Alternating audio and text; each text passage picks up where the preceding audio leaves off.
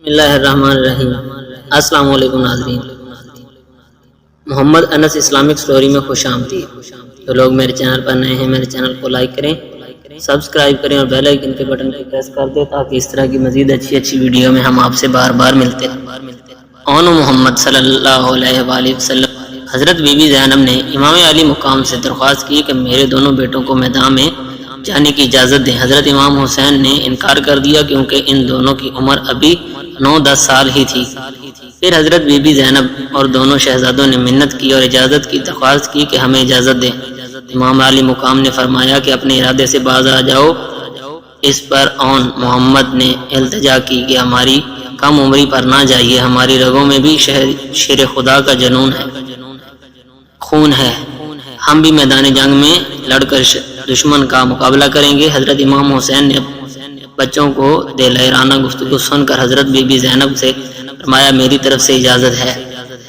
حضرت be be زینب خوش ہو گئی اور انہوں نے اپنے دونوں بچوں کی نصیحت کی کہ یاد رکھو کہ اگر تم نے سے پوچھا جائے کہ تم کون ہو تو یہ ہرگز مت کہنا کہ تم زینب کے بیٹے ہو، کہنا کہ ہم حضرت امام حسین کے غلام ہیں۔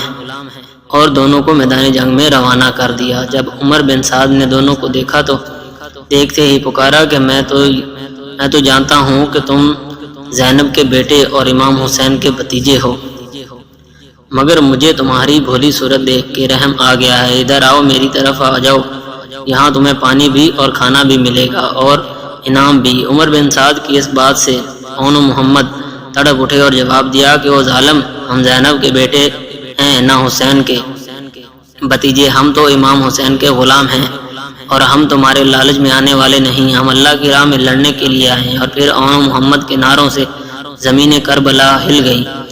اون کے دائیں طرف سے اور محمد کے بائیں طرف سے حملہ کیا، ان کی تلواریں چمکی اور نیزے ہوا میں لہرائے اور دشمن حیران رہ گئے کہ ان دو بچوں نے میدان جنگ میں بہادری کے ایسے جوہر دکھائے جو اپنی مثال آپ ہیں۔ عمر بن سعد نے کمسن بچوں کو جب ایسے بہادری سے جنگ کرتے دیکھا تو چلا اٹھا کہ یہ دونوں 9-10 سال کے بچے ہمیں 3 دن کے بھوکے پیاسے ہیں، انہیں تم لوگ ابھی تک قتل نہیں کر سکے۔ تو سب نے مل کر تیروں اور تلواروں کی بوچھاڑ کر دی۔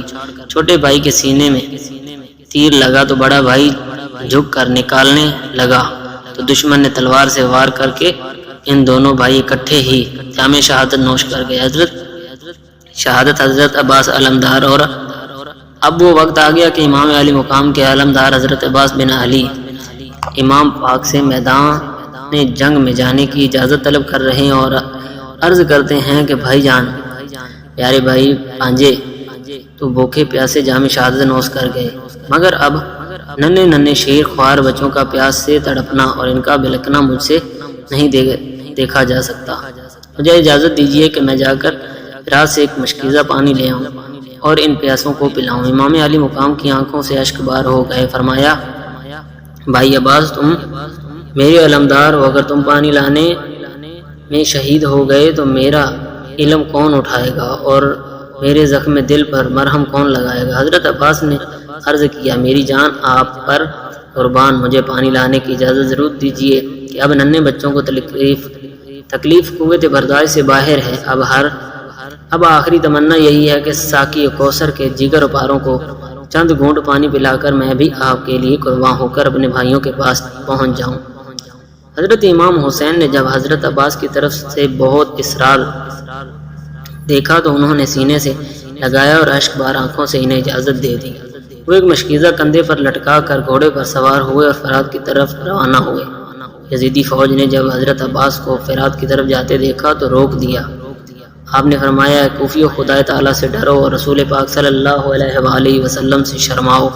افسوس، صد افسوس کہ تم لوگوں نے بے شمار خطوط بھیج کر نواس رسول صلی اللہ علیہ وآلہ وسلم کو بلایا، اور جب وہ سفر کی مشقیں اٹھا کر تمہاری زمین پر جلوہ افروز ہوئے تو ان کے ساتھ بے وفائی کی، دشمنوں سے مل کر ان کے تمام رفقا اور عزیز و اقارب کو شہید کر دیا۔ چھوٹے چھوٹے بچوں کو ایک بوند پانی کے لیے ترسا رہے ہو۔ سوچو قیامت کے دن ان کے نانا جان نبی اکرم صلی اللہ علیہ وآلہ وسلم کیا منہ دکھاؤ گے؟ کوفیوں نے جواب دیا کہ اگر ساری دنیا بھی پانی ہو جائے تب ہم تمہیں پانی کا ایک قطرہ بھی نہیں لینے دیں گے۔ جب تک حسین یزید کی بیعت نہ کر لے۔ ظالموں کا یہ جواب سن کر آپ کو جلال آ گیا۔ فرمایا حسین سر کٹا سکتے ہیں پر باطل کے سامنے جھک نہیں سکتے۔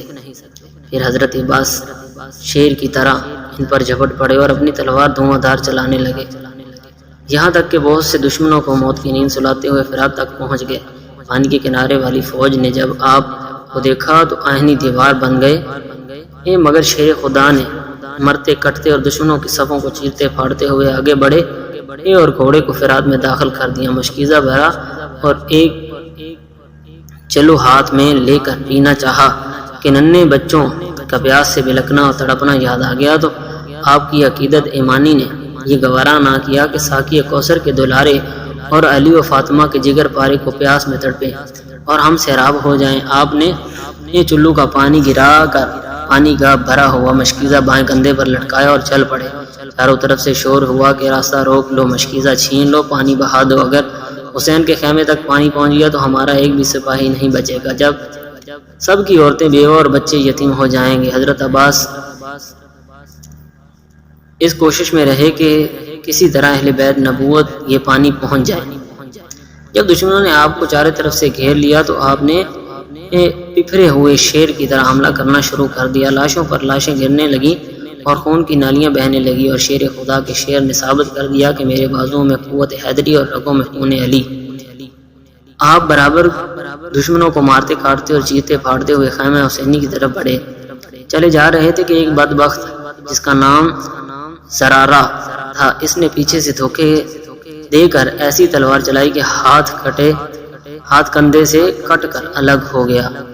آپ نے فوراً مشکیزہ دائنے ہاتھ میں پر لٹکا لیا اور اسی ہاتھ سے تلوار علی چلاتے رہے۔ پھر اچانک نوفل بن ارزق خبیث نے دایاں بازو بھی کاٹ دیا۔ آپ نے مشکیزہ دانتوں سے پکڑ لیا مگر مشکیزہ کا خیمہ حسینی تک پہنچنا شاید اللہ تعالیٰ کو منظور نہیں تھا۔